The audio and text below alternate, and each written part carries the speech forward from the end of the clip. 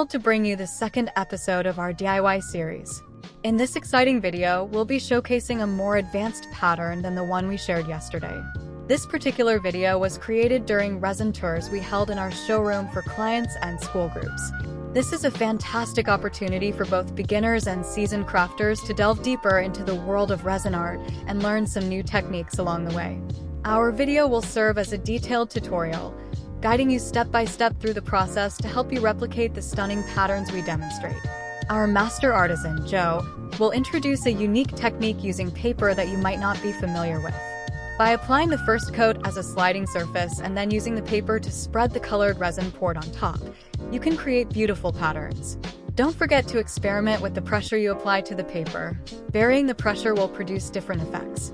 Just be cautious not to press too hard, as that could disturb the design. Take your time to gain confidence in your skills.